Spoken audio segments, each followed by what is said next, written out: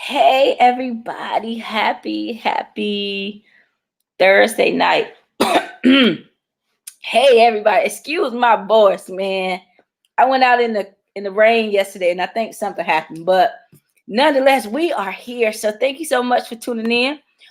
Say hey to us in the chat box so we can know you here. We can shout you out.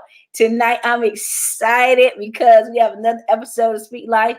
And I don't think I did Speak Life since I had Miss Paulette on earlier. And she was amazing. I know Sonserria is going to do just amazing tonight. It's going to be cool. I met Sonserria maybe 3 or 4 years ago. And she was doing a presentation at one of my friends' house. And her story was so powerful.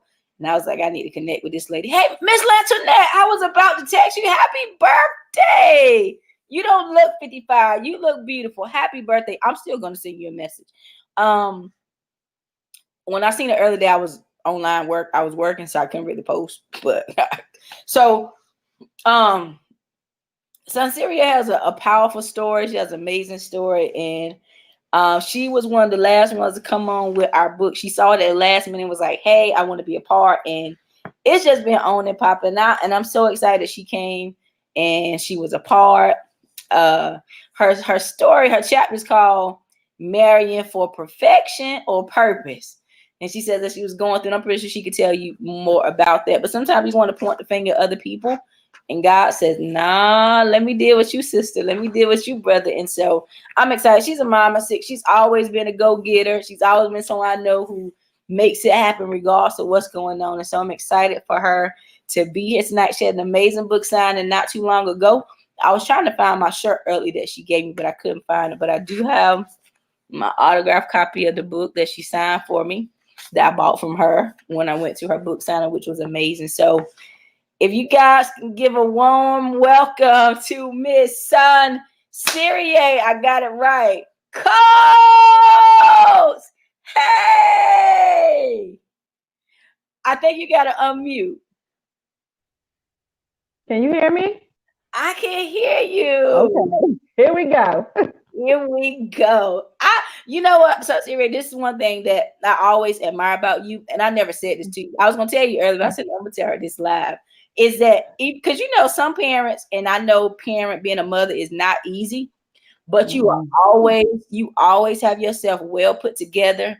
You don't look like someone who is just barely making it and dragged out the street, but you always look so well put together, so pretty, so beautiful. It's like, wow, you wouldn't know that she had children and a little one is like he's in kindergarten or first grade. Kindergarten. Yeah, you wouldn't know that. So thank you for saying yes. Every time, besides I think the first time when we did the virtual summit, your thing kept going in. And I was like, no, we gotta hear what she gotta say. And so to have you tonight to just share, I'm like excited. So if there was anything else you wanted to say to introduce yourself or tell people like, hey, Jennifer Edmonds, anything else you wanted to say before we proceed with me asking you a couple questions? Woo. Well, first, I just want to say thank you for this opportunity to be on your show. I'm so excited to be able to share more about my chapter. I've been getting a lot of questions, but you say the same things like repetition over and over and over. So this is just a much broader, audience to be able to share with everyone at the same time instead of repeating myself over and over and over. But I'm just really excited. I was absolutely amazing, ecstatic to be a part of this anthology. It has brought so many things out of me that I didn't even know were there. And some things that God had to reveal to me. And I'm just thankful because it came at the right time for me and what I was going through in my life. So I just thank you, especially during this pandemic. Yeah, it was like healing of my soul for me right there. So I'm just thankful, thankful to everyone that read it, everyone that came out to the book sign, and I just truly appreciate everybody and everything that happened so far. And one thing about how people say they thankful, but you really express your gratitude. And when I tell you I am grateful for that, so it's like, Lord, whatever I can do to help her to continue to spread the book far and wide, her sharing opportunities with her, I definitely want to do that. So I am so thankful that you came along and like you knew what you wanted to do. You was like, yeah, I want to do it. It wasn't like a whole bunch of questions. It was like, yo, I want to do it. And so you just did it, and I'm excited. And when I started reading your chapter, I was like, wow, even though I'm not married, it was so many things that you wrote in your chapter that spoke to me as a single person. Because I used to think, well, maybe if I get married, not all of them, but some of my problems go away. But I don't think that's the case. I think that it might intensify and magnify, because now you got to share this space with somebody else. So I was like, okay, let me kind of work on some stuff for me. So, your title, where did you get that title for, Marrying for Perfection or Purpose? I guess because I was one of those people that, and people always say this is the Virgo in me, but I don't really try to do the horoscope thing. They Yeah. always say, I try to make sure everything is always perfect. And I heard that a lot growing up and in my life, that you want everything to be perfect. You want everything to be just to the T. My kids have told me, my spouse has told me, other people have told me. And everything I do, I just try to do it 100%, or I don't want to do it at all. Mm-hmm. But sometimes you have to find, what's the point of it? Yeah. You can't just be doing something trying to make it perfect, but what is the actual point of this? That's good. So is it to be perfect, or is it a purpose behind what you're doing? And that's basically what I had to come to grips with. Wow.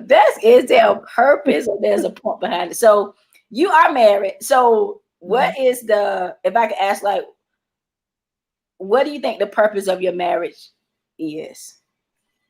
Well, I believe there's only one purpose for all marriages, and Mm-hmm. that's to glorify the kingdom of God and get his glory out of the situation, because it's always something that we're supposed to do for him. Mm-hmm. And marriage definitely will show you what that thing is. Sometimes we go through life and we think it's one thing, Yeah. but then when you get with somebody, it's like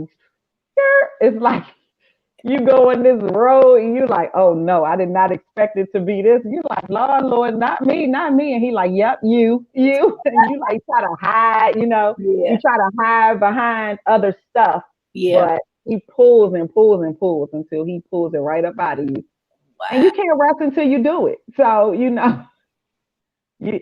can't rest until you actually meet that purpose. So, Wow. yeah. Do you think that, and I ask this from a single person's perspective, because as a married woman, I think married women can teach us so much.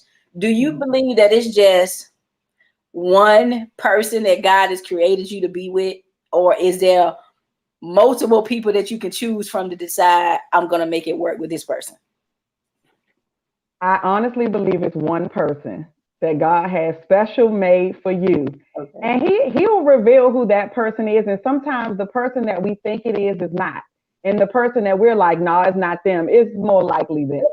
Um, and I have learned that. I have learned that. And it has to be somebody that's your friend. You have to be, and they talk a lot about compatibility, but you have to be friends with this person. It has to be someone that, if all else fails, like if physical fails, if I look a hot mess today or tomorrow, you still gonna love me for me and Yeah. what's in the inside, and we can have a conversation, and we can communicate. And like I said in my book, it's not always about how, what you saying to somebody. It's timing. Wow. You have to know when to talk to the person. So, you have to, when you have that compatibility with someone, yeah, like, yeah, this is probably, I when you start that love finishing each it. other's sentence stuff.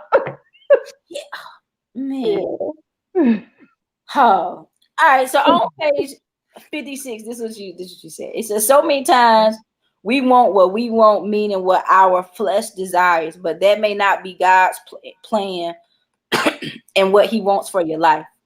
I hear a lot of women say he isn't my type, although we want that physical aspect of attraction. Because I be like that, like, oh, I don't really know about that. Yeah. We must always understand what looks good isn't always good. Know that there's a reason for every season, a purpose for everything, and a special person designed for you to fulfill God's mission here on earth.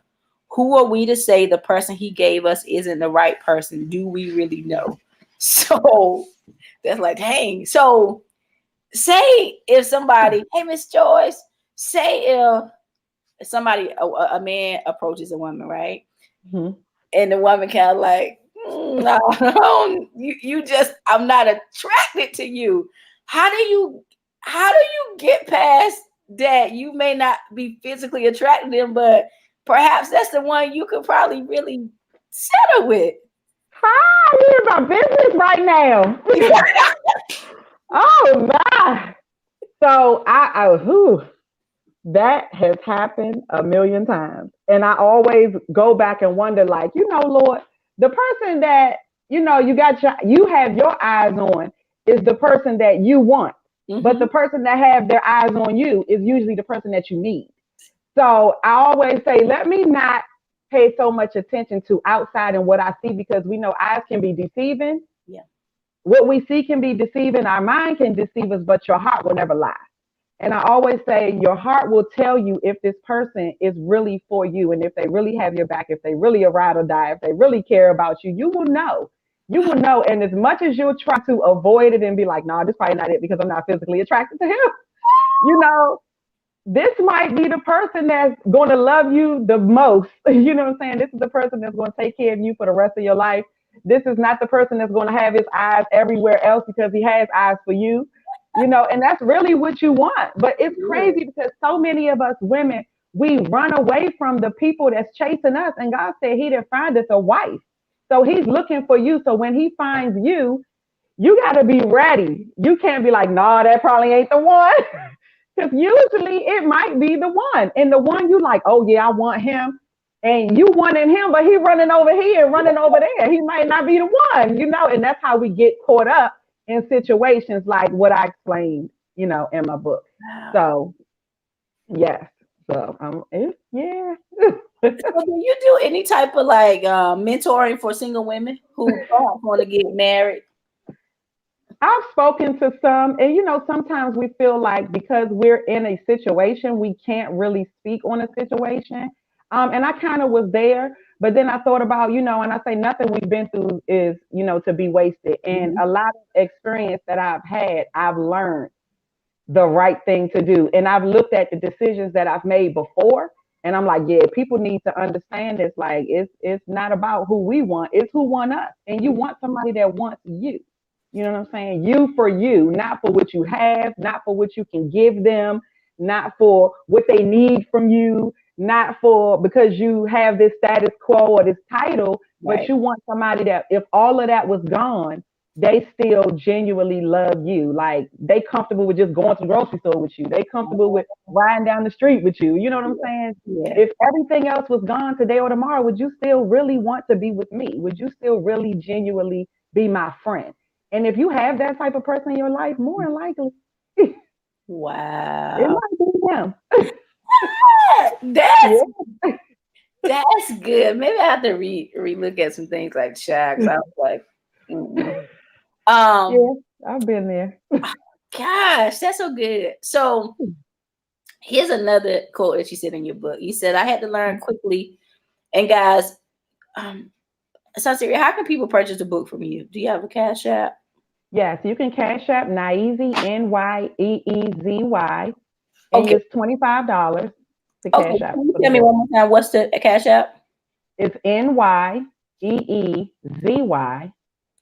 and it's $25. And I can either ship it to you, or if you're local, I can meet up with you and give it to you. I would love to meet you in person and answer your questions or anything like that. So And she's also, well, I'm encouraging her. She's also open for virtual speaking opportunities. So if you want to bring her on your platform to talk to single women and married women, I'm pretty sure she will oblige you. So just reach out to her I on will.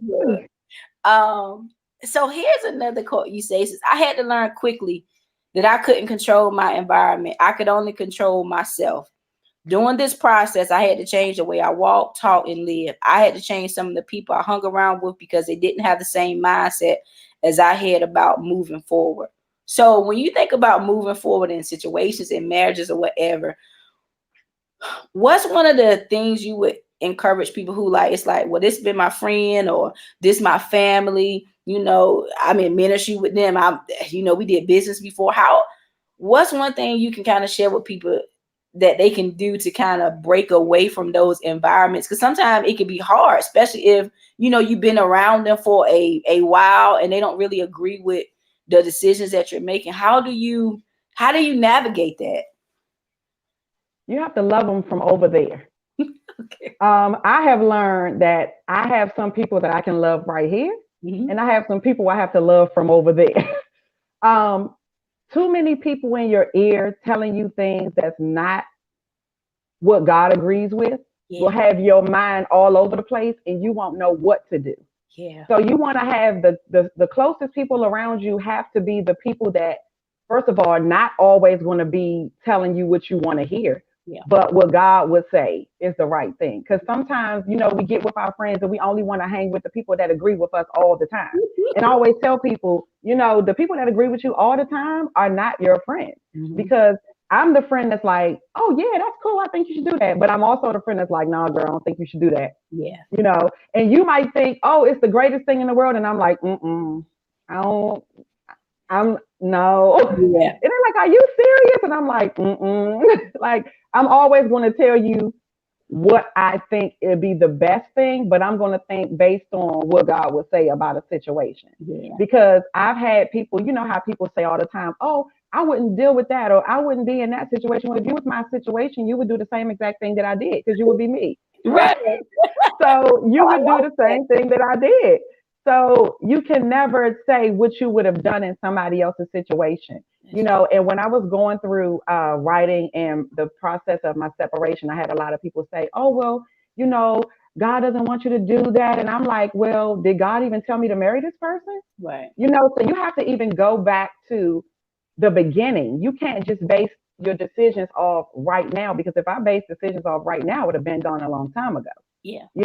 But I tried to, follow the word and be patient and long suffer and, make sure I was doing my part as far as what God said. Hmm. And when God said enough is enough was enough. It doesn't have to be enough for somebody else, but if it's enough for me, that's all that matters. So I had to make a decision based on what me and God talked about, not what me and 10 other people or what 10 other people feel like I should do, right? So at the end of the day, I have to pray about it and I have to live with whatever decision that I make. So I have to make sure I'm comfortable. And even the times when, I separated and went back, I did that a few times before I finally said, this is it.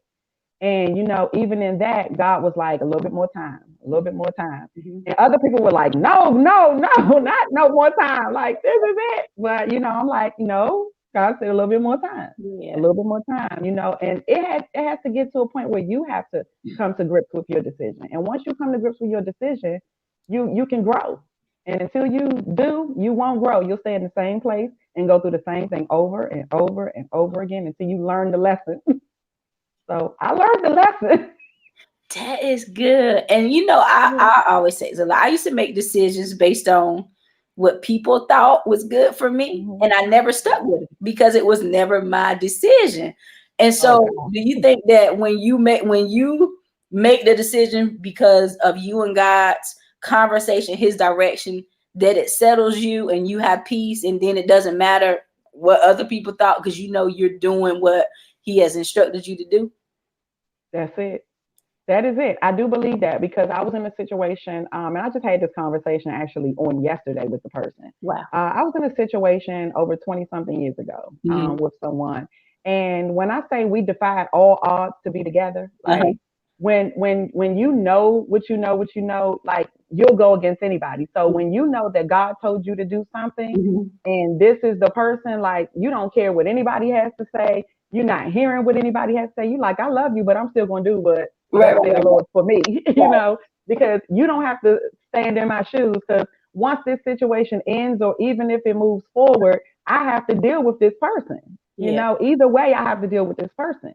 So I have to make sure I'm happy with the decision I make. And if you make decisions based off other people, they'll be going on happy with their lives, and you'll be sitting over there like, I shouldn't even have did that, That's true. listening to them, and then you go through the motions like, I don't listen to all the wrong people and now look, or you could say, no, I'm gonna do what's best for me. You Hmm. can like it or not, or you can be my friend or not. I respect your opinion, but this is what I'm gonna do. And you can move forward, Yeah. but it has to be, you have to be okay with whatever you decide.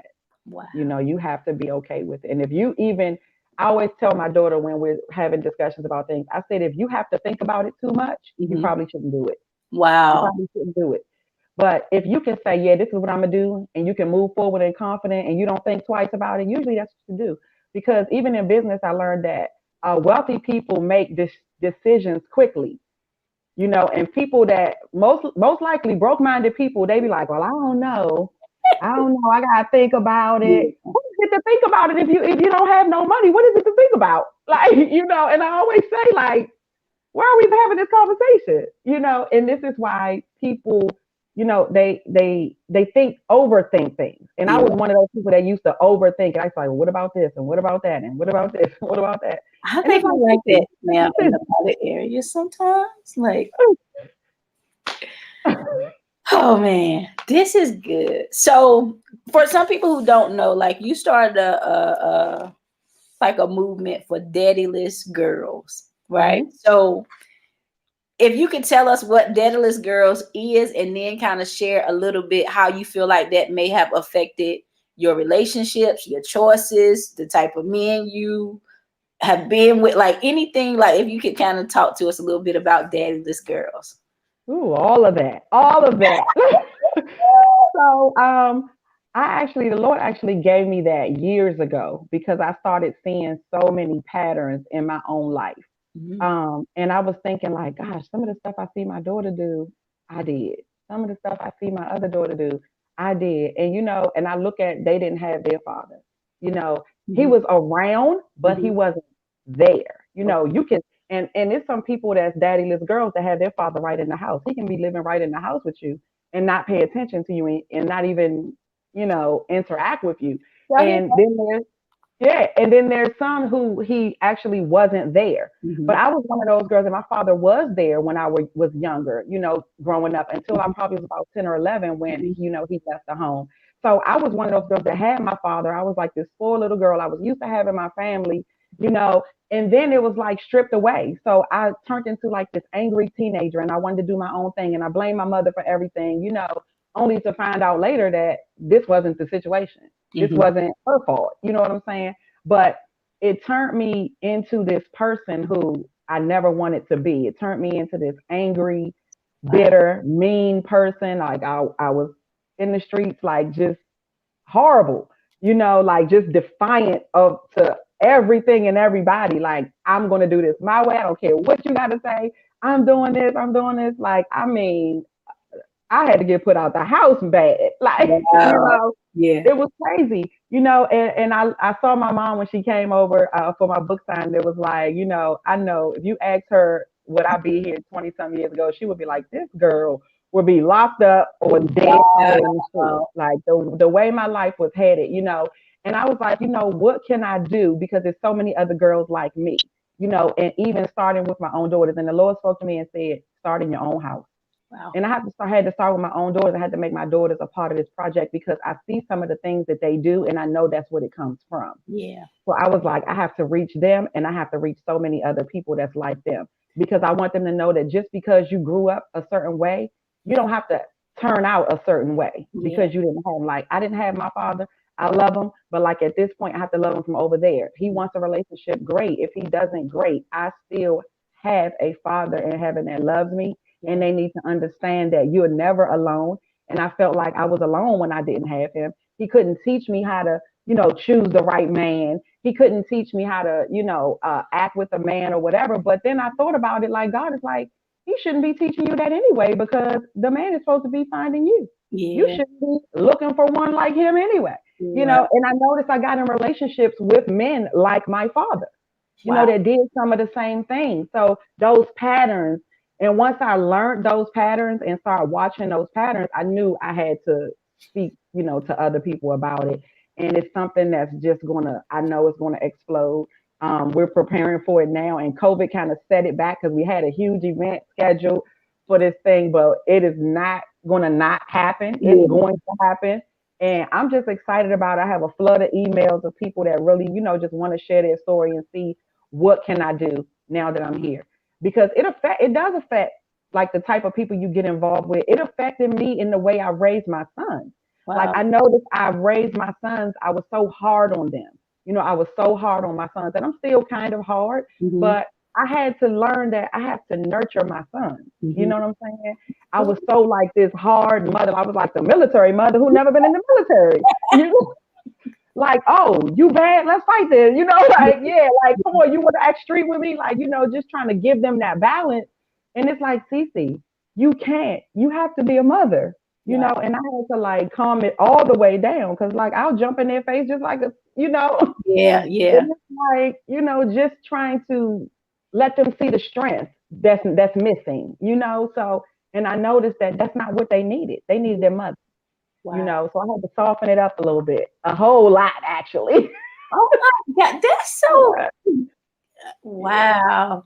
I wonder how many other mothers do that. Like they think they need to have that strength because the father is not there, but in Yeah. actuality, their sons doesn't, don't need that. What could you speak to a mother who may be just like that right now? Like, I don't want my child to be like his dad. I don't want my child to be like the men he see me around. So I'm trying to Yeah. look at Miss Lantonette says me. Mhm. Wow. So what could you say to the parent who was in that situation that you just explained? Well, first thing I had to do is I had to get my sons away from bad examples. Okay. I had to get bad examples away from them. I had to get them around positive teachers, positive mentors.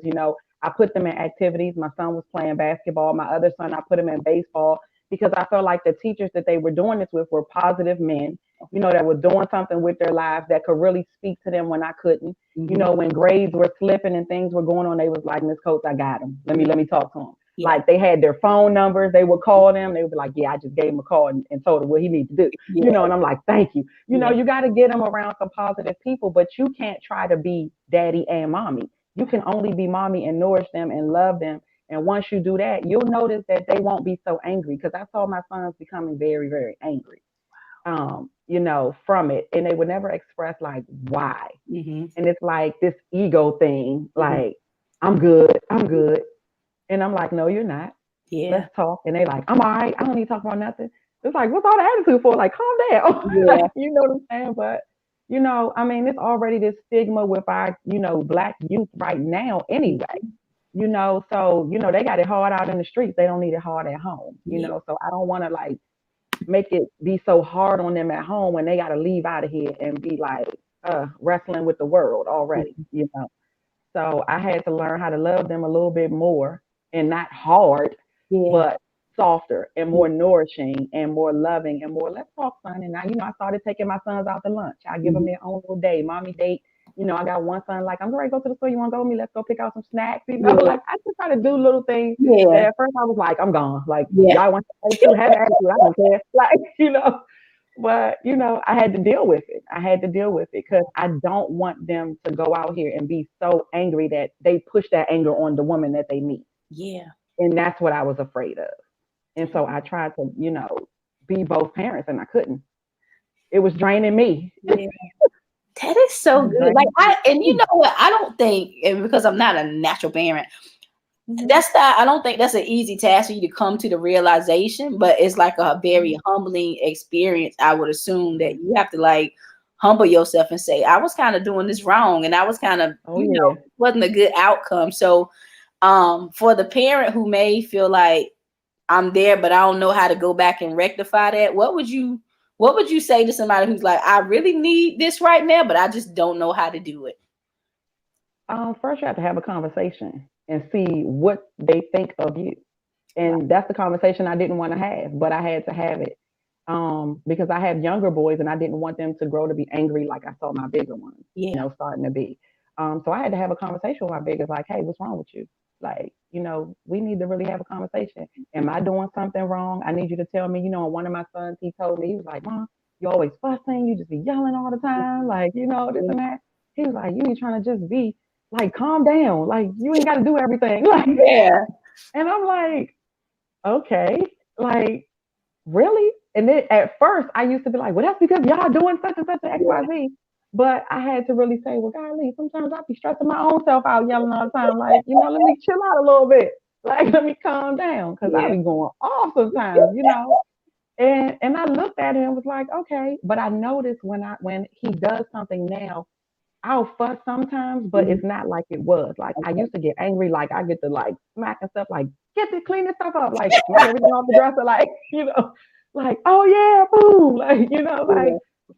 just like this mad lady. Yeah. But now I'll go in the room, I'll be like, yeah, didn't clean up your room yet, huh? Okay. Well, check this out. You told me you wanted to go play basketball tomorrow. Yeah. If this not done, you're not going. And I'll walk back out the room. Yeah. He'll come back upstairs, and I was this person that was like, I'll go back downstairs in like 10 minutes, and if he ain't up, start doing it, I'm like furious now because I That want it was done my right mama. now. Dang, I couldn't even have a That was my mother too. gosh. That was my mother too, snatching the covers, taking all the dishes back out the cabinet. I was like, lady, what is going on? But and I came to grips that it wasn't me. I Mhm. wasn't her problem. She was Yeah. angry about other things, and I was there, and it was taken out on me. You know what I'm saying? But I know that she did the best she could, Yeah. right? But I go to my son there and I deal with him like that, and now I know that he'll come back upstairs. I won't even say nothing else. But I Mhm. know when he come to ask me, can he go out? I'll be like, did you finish? Mhm. Or either before I ask him, he'll come upstairs and say, I'm getting ready to go play basketball. Yes, I cleaned up the room. And I'll be like, I'll say, is it your kind of clean or is it my kind of clean? Yeah. Yeah. And he's like, it's your kind of clean. And I say, all right, come on. He's like, where we going? I say, we're going to go look at it real quick first Yeah. before you go out the door. Because see, I used to be like, okay, and just take his word for it. And then when he come back, I'm mad because I went down there and saw that it wasn't like it was supposed to be. Like, Yeah. and now I'm calling him like, get off the court, put the ball in your book bag, come home right now. Yeah. He's like, Mom, I'm out here with my friends. And another thing I had to learn, I can't embarrass my sons in front of their friends. That's Oh good. my gosh. Like I would walk to the court and I would make a scene with my teenage son. I Wow. was that mother. Like, Yeah. get in here now. Yeah. Don't play with me. I would embarrass you out here for all these little friends of yours. And they was just like, are you serious? And that just made them more mad and more angry and Yeah. not wanting to communicate with me. Right. I didn't want to do stuff to push them away. I had to really start like, all right, CC, when you deal, this is what they don't like. I had to Mhm. deal with them a whole nother way. Mhm. So when their teachers would ask me, what are you doing? Because this is happening. I'm like, well, this is how you have to deal with this child. Yeah. And this is how you have to deal with this one. Then you got to give them jobs to do. You Yeah. got to make them feel like they're a part of something. Yeah. Because when kids don't feel like they're a part of something, they won't do anything. Yeah. You will have a lazy child and you Mhm. will be mad. So I had to give everybody something to do. And I I, have to reward everybody for what they do, yeah. and it has to be a reward for that. Yeah, you're supposed to do this, but just like at work, I don't want to do no whole bunch of extra stuff. And are y'all paying me extra for Right. this? Right. Sometimes. So I'm like, okay, well, I'll take y'all out to lunch, and sometimes I just surprise them and do stuff Right. for them, or I'll come home with something for them, and I'll be like, can you cut the grass? I need you to cut the grass, and I'll just wait and see if they're gonna have an attitude. Yeah. And sometimes there's no attitude. He'll just like, all right, mom, I'm gonna do it. I'm gonna do it. Just give me about an hour. I'm gonna do it. I'm like, okay, I won't say nothing. And Yeah. after he did, I slip him a little bit of money. Like, he didn't ask, Oh, but yeah. just because you didn't catch an attitude, Right. yeah, I'm gonna go ahead and do this for you right here. And I just learned different ways to deal with them. And now they're a lot more calmer, and I don't have to have these furious, outraged, lunatic mommy moments in my house with them. you know.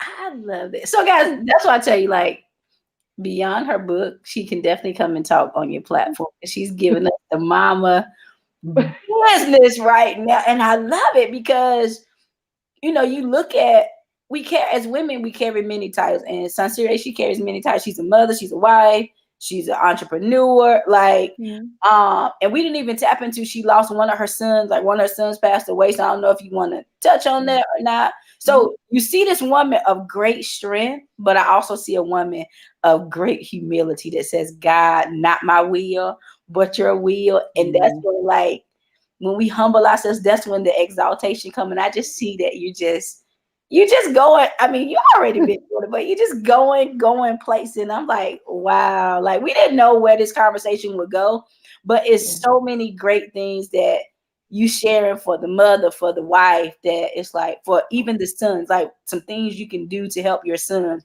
And one thing you said about your daughters, and I know that I think probably a little younger than you, but growing up, I remember my cousin, she is probably maybe 4 years older than me. I remember when she got pregnant, she was 16.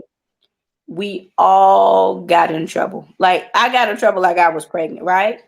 And it was like some of the things that we were doing, it was made to seem like we were the only ones doing it. Like we the first people.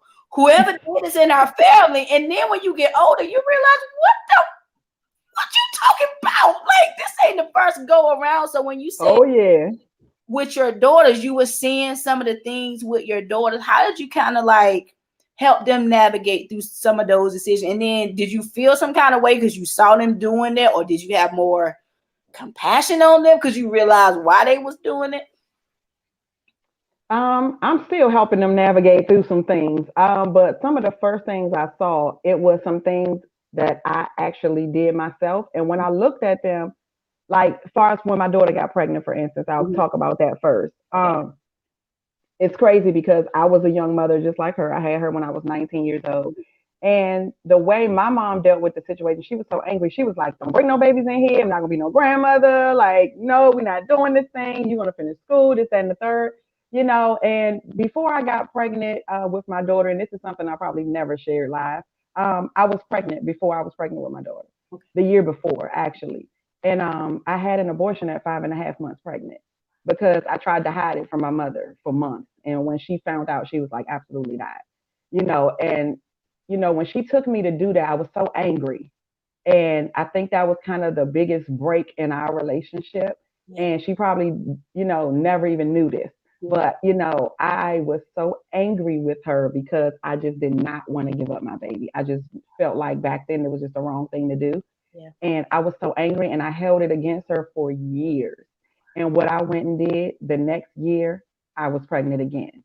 And she was so mad because she's like, I just spent $1,300. I'm like, you thinking about money? You're not even thinking about the baby. Like, Yeah. and I was so mad, and I just went and did it just being defiant because I was mad, you Yeah. know? And when I had my daughter, it was like, my mother was like, oh no, you're getting out. You're not having no babies here.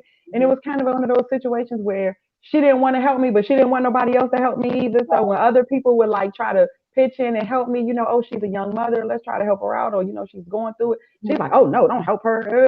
Like, and it was like, wow, what in the world? I'm your daughter.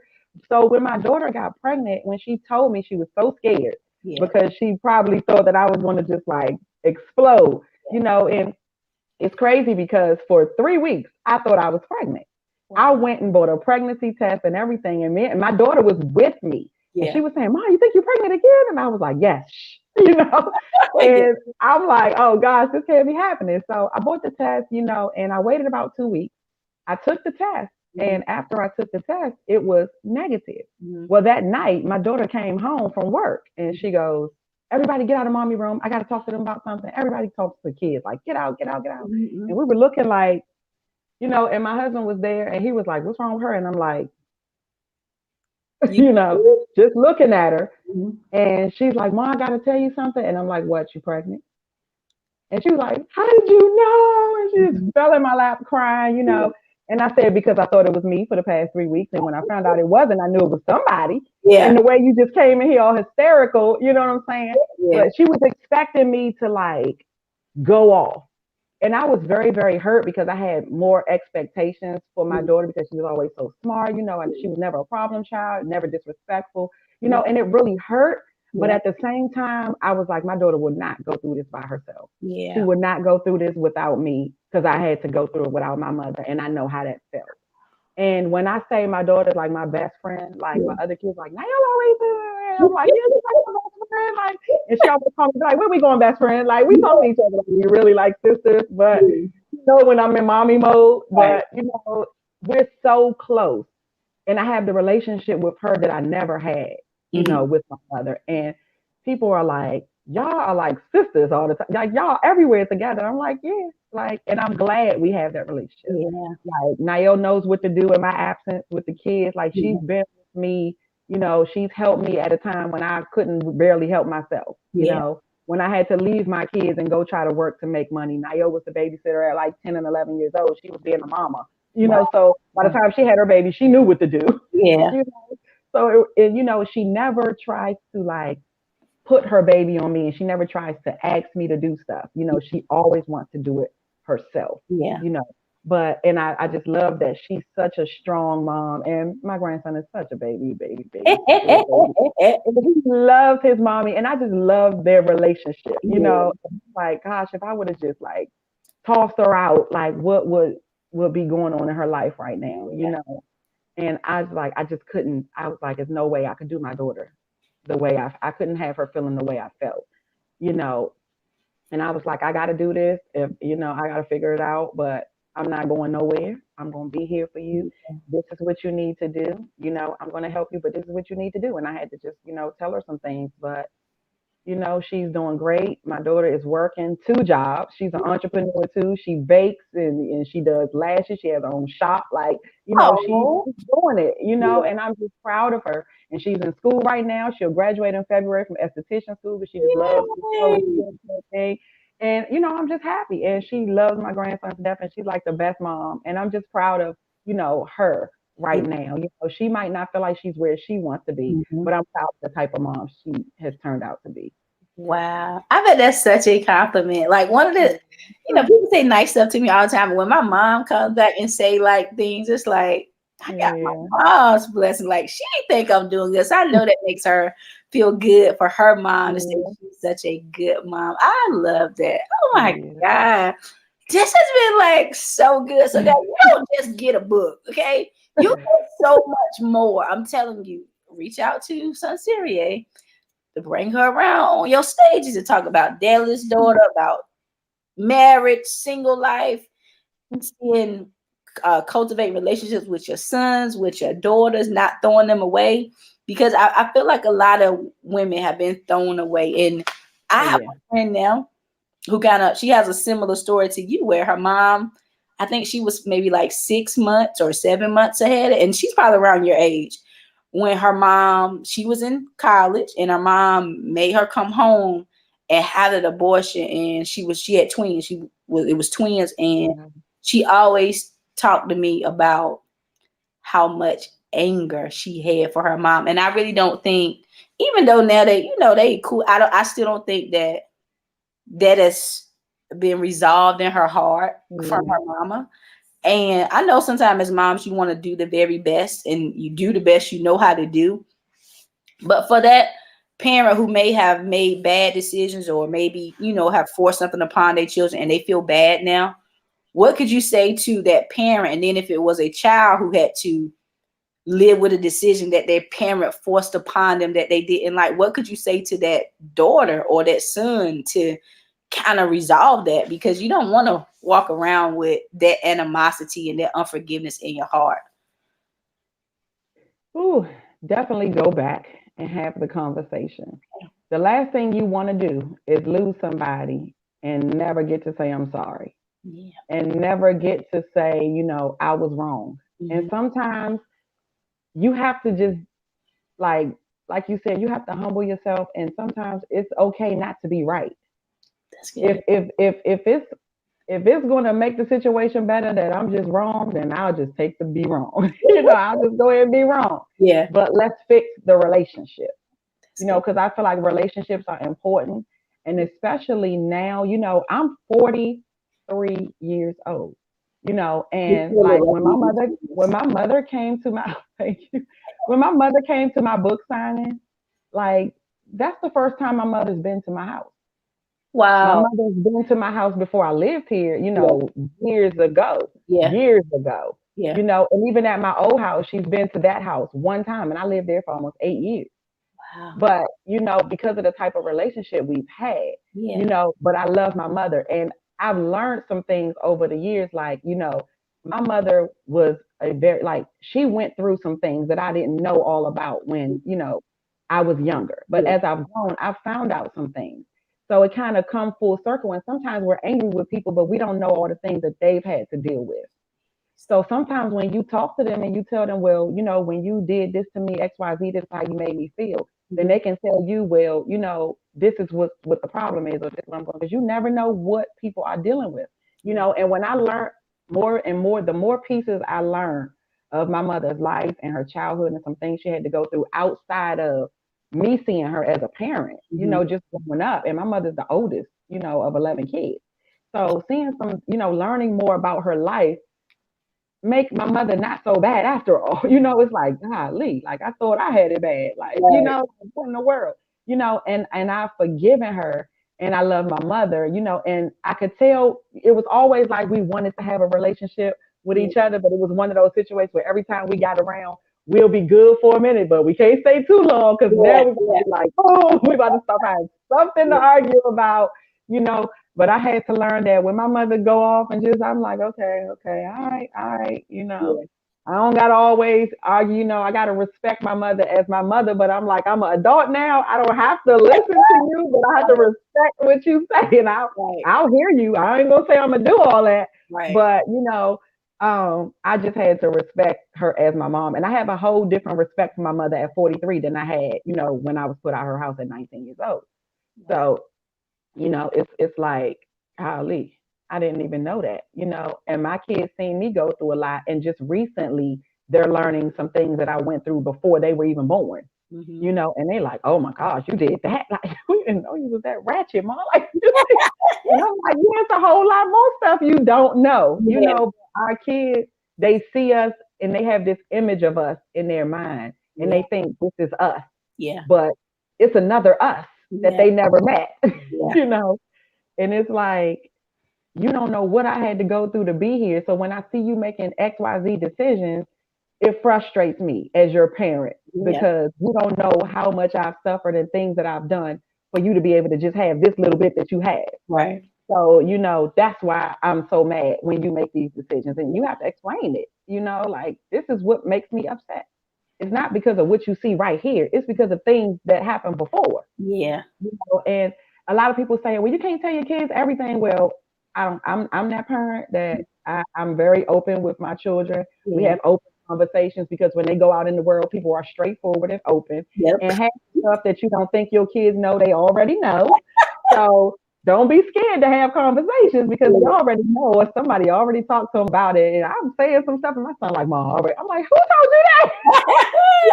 And it's like, oh Lord, I got to tell you more now. We really have to have a conversation because where did you even hear that? Like, I mean, the little ones, you're like, who have you been around? Right. But these kids are different generation now. They way ahead of us. Yeah. And like you said, a lot of those family secrets, you think you're the only one and it's been happened 10 times before you, Man. and oh gosh. Yeah, that's a whole nother conversation. Them. I always call them the generational secrets. Oh, I love generation. And that's surely what it is, generational secrets. Wow. Yeah. This has been like so good. Listen, you got to get the book to hear get the story that she posts in here. But this was so, I'm glad you did this. You are welcome to come back here anytime with me. And y'all don't even have to be on the screen. You just talk and share. So I'll give you the last. You can close us out. You can share where they can get your shirt, your book. I'll put the cash app back up here. Anything else you want to share with them? Because this has been amazing. So, Mom, I know there's a lot of titles now called mommypreneur. You're definitely a mommypreneur. I don't know if you consider yourself one, but moms out here, she's a mommypreneur doing it and doing it well. So contact her for more speaking engagements. Okay. Get with Sonserria. So I'm gonna let you close it out. Thank you again so much. Like this has been good for me. Like it's helped. Like we started off talking about relationships initially, so it's like okay, we got to work on some stuff. And one thing I kept hearing you say is you got to have a conversation. And sometimes people don't want to have these courageous conversations because you don't know where it's going to lead. You don't know if it's going to lead a relationship intact or if it's going to make things worse. But that's one of the things I have to personally work on. Like some things that's bother me, to kind of really have a conversation to say, hey, can we talk? So this has been amazing. I've learned lots and lots and lots tonight. So if you're going to do a seminar on single women, married women, separation, hey, let me know because I definitely want to tune into that. This is good. So I hope you start doing more Facebook Lives because even that part about with your sons, like that is so good. Like with your daughter, like that stuff people need to know because imagine how many teenagers now who kind of just either with a man or me or boys with women because they mom done kind of pushed them out. So it's like this is my option. So you look at them, they fast, they grown, they all this stuff, but they kind of got pushed out before they really wanted to be pushed out. And I know like teaching 8th grade, some of them act whatever, but it's like you're still a baby. So I don't know what you're talking about, but you're still a baby. So this has been good. So I'm gonna stop talking. Yeah, Miss Angela said, "Good job, Cece. She did an amazing job, Thank like you. amazing job." So I'm gonna stop talking and let you share whatever else you want to share. Uh, I guess I would just say definitely, like you said, have the conversation. Keeping stuff inside creates bitterness. It creates a lot of unforgiveness, and it starts to make you sick. And I felt myself getting stressed and starting to get sick, and a lot of people, some people lose weight when they start getting sick, and some Mhm. people gain weight when they start getting stressed. And a lot of times we don't know why we're sick and why we're feeling. Sometimes it's just stress from not having conversations and not releasing things.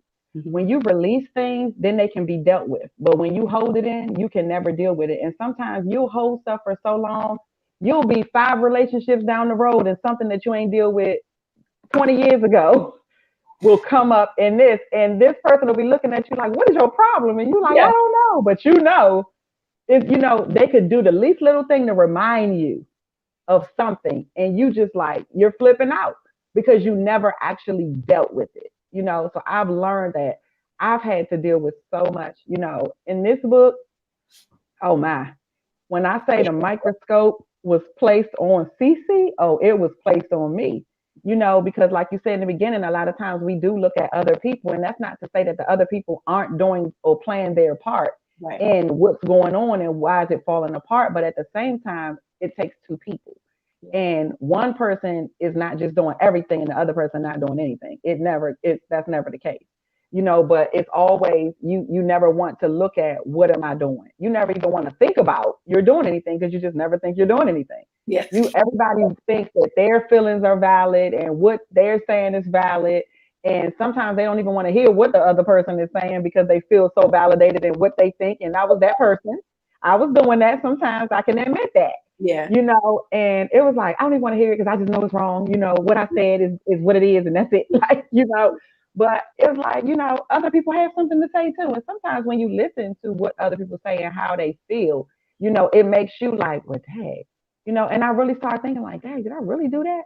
But and then sometimes God would do little things like I would be out somewhere or I would be watching a TV show and I would see like a couple or the woman saying something in a certain way. And I'd be like, oh, do I be thinking like that? you know, he'll kind of start showing you yourself through other things and through other people. And in conversations, you'll see people doing stuff, and you'll be like, "Oh gosh, was I acting like that?" And even sometimes with my daughter, I've seen my daughter on the telephone talking to some people, and Yeah. I be listening to her sometimes like, "You so mean, like calm down." Mhm. And she's like, "No, I just don't care." And I'm like, "Oh God," and it's like, "Oh Lord." you know. And I always remember, like in the Bible, where it says, the curse. I believe it's the curses of the father will fall on the children. Whatever's going on with the parents will fall on the generational. The children. And I'm like, oh gosh, we have to, as parents and as adults, we have to be really careful what we do. The sins of the father will fall on the children. That's what it is. Because whatever we do, it will trickle down, and you will start seeing your kids doing some things, and you'll be like, what in the world? And the reason we as parents get so angry because it's like looking at our own self. You're Jeez. dealing with yourself. And that's why we get so mad. And I realize that. I Yeah. have one daughter, and she is like 10 times the person I used to be. And I'm like, Jesus, she offense. Like, what in the world? Like, this girl is like, when I say she's strong minded, like, she's so strong minded. And I see some of the things she do, and my other kids are like, you give her so many chances. And I'm like, that was me. That was me. Every Wow. time I see her, I'm like, Lord have mercy. But when I look at the stuff, I'm like, Lord, this was me. Yeah. Lord, this is me. And it's crazy because I have a lot of compassion for her, although I'll be like, I'm not never doing nothing else for you no Yeah. more. Yeah. It's always like, oh gosh, somebody still always help me. Yeah. And Yeah. you gotta love them. You gotta love them because it's just you. Yeah. It's just a split image of you. And if you want to see them do better, they got to see you do better. So I had to make some decisions in my life, and I had to change some things, and I had to get rid of some people. And that's a lot about what I talked about in the book, that I had to like break away from some things and some cycles that I was going through, because them seeing certain things is not making the situation better. It's only making them worse. And when your children look at you and they see you tolerate certain things, but you telling them not to tolerate it. Like, don't you ever let nobody do this and that and the third. And then they like, well, you letting so and so do this, that, and the Yeah. third. Like, yeah. And it's like, oh gosh, you can't. They're gonna do what you do and not what you say. So you have to be very careful in what you do because they hear you, but they see you more, and they're gonna be like, well, you did, and you said, So your do and your say got to match up Yeah. if you want their do and their say it to match up. Yeah. So I had to learn, like, I had to really stop telling them a lot of things until I changed some things. So now I feel like I can speak on some things because I had made some decisions, Yeah. But Oh my yeah. God. This was good. So, guys, listen, for those of you, thank y'all for engaging with us tonight. I appreciate it. What's some topics? Type in the chat box. What's some topics you want to hear Sonserria talk about? Because this was good, and you can tell she has a wealth of knowledge stored up that she needs to get out to empower us more. So type in the chat box what's some things you would love for her to talk about, because this right here was good. I mean, we talked about her chapters, married for purpose or perfection. There was a lot of purpose in the stuff she shared today with her children, with her mom. This was like good. So, Sonserria, tell us one more time, like her shirt. Can you show me your shirt? Yeah. Yo, boom, boom, boom. I let her to get one of those amazing shirts. I have a white one. I ordered the black one because they so dope. Her book, get the book, $25. She will autograph it because she autographed mine, and it was so nice. When I read, I was like, I always, I'll be like, man, oh man. Hey, Miss Mona, how you doing? So, guys, type in the chat box. What's one thing that you would love for Sonserria to talk about? Because she got a wealth of resource. I know I would love for you to talk about, like, just helping single women.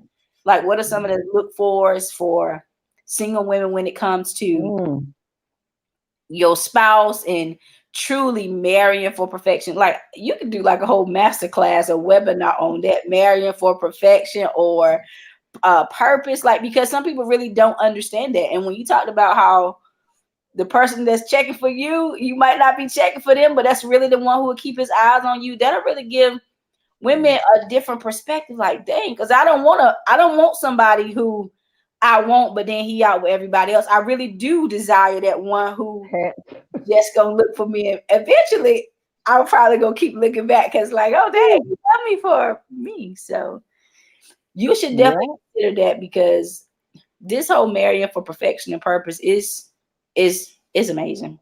Hey, Sheila, Miss Mona says, "Oh my God, I didn't set my timer yet." Miss Mona, you can definitely go back and listen. This is really, really good, like really good. So I appreciate you again so much. Like, this has been amazing. I love you. I'm so glad that you have become a part of this. Unmute yourself. We're gonna do volume 2 in August, next August.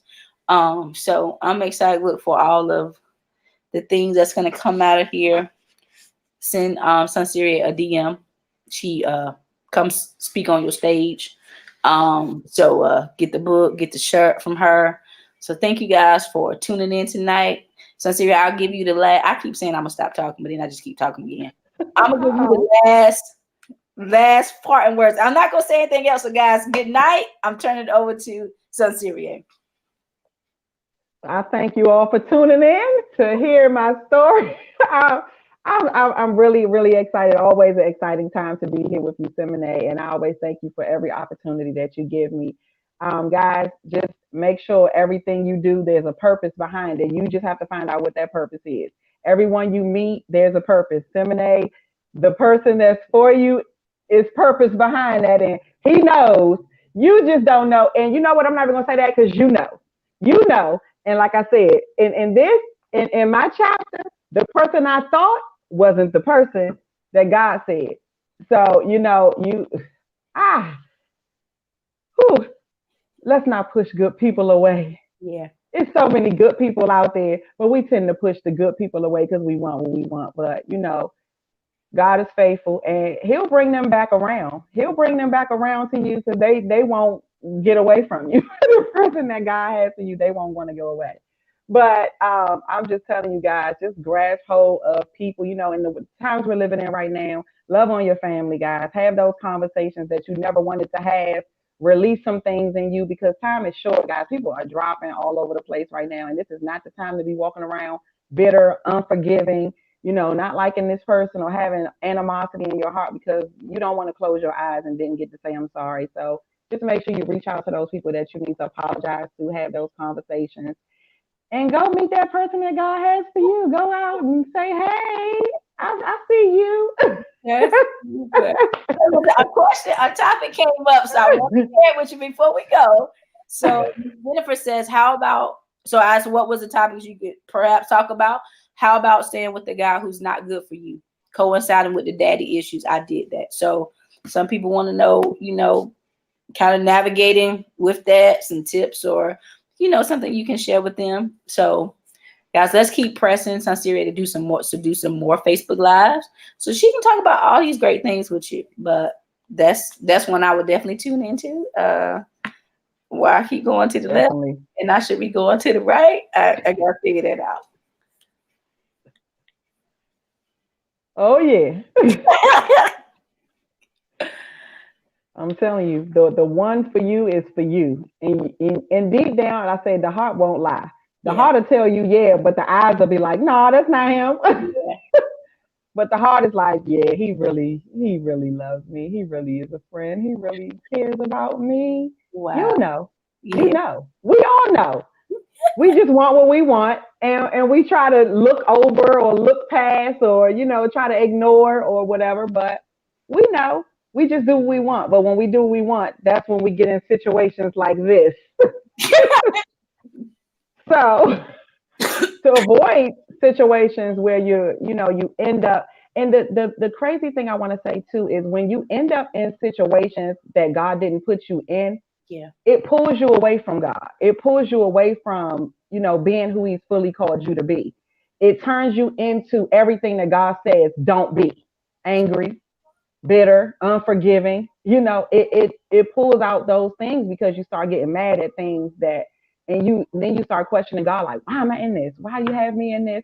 And like in my chapter, I said, I kept asking God, why did you put me here? Why did you put me in here? And He said, I showed you all of this before you did it. You chose this path. This is not the path I chose for you.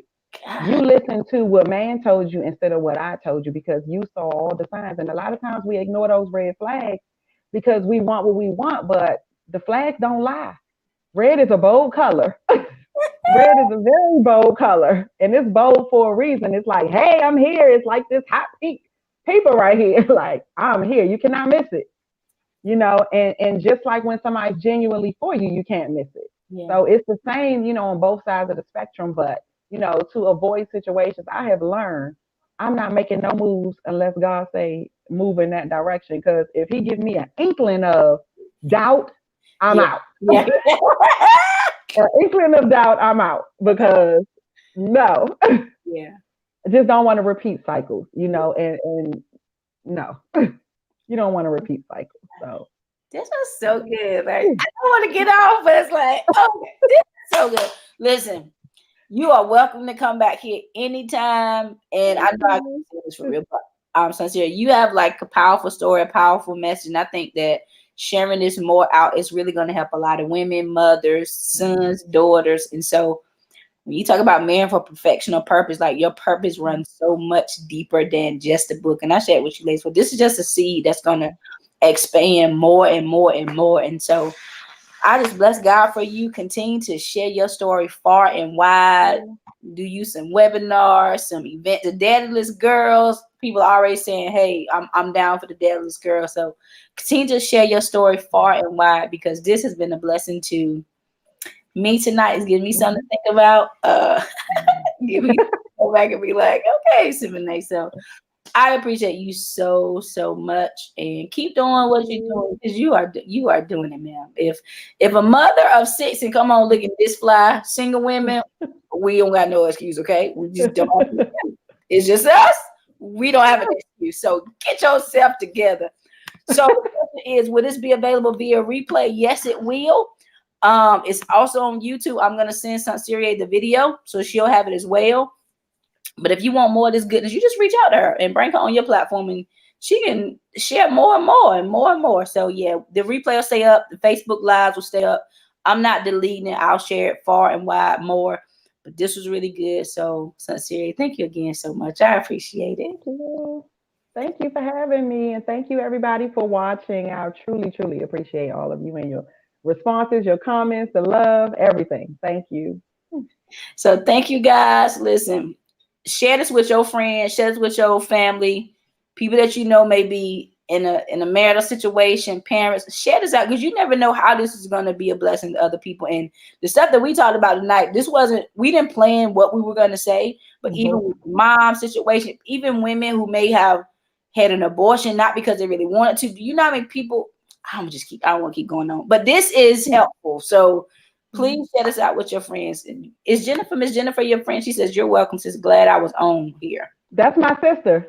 Oh, wow. Are you Yeah. proud of your sister? Because she rocked this thing, yo. I love it. Yeah. All right, guys, we're going to say goodnight. So, Syria, I love you. Thank Thank you so much. you. You're welcome. Anytime you want to come back, just send me. You can come back anytime. I'm ready. Yeah. All right, guys, good night. We will see you guys later. Night. Good Bye night. bye. Good night.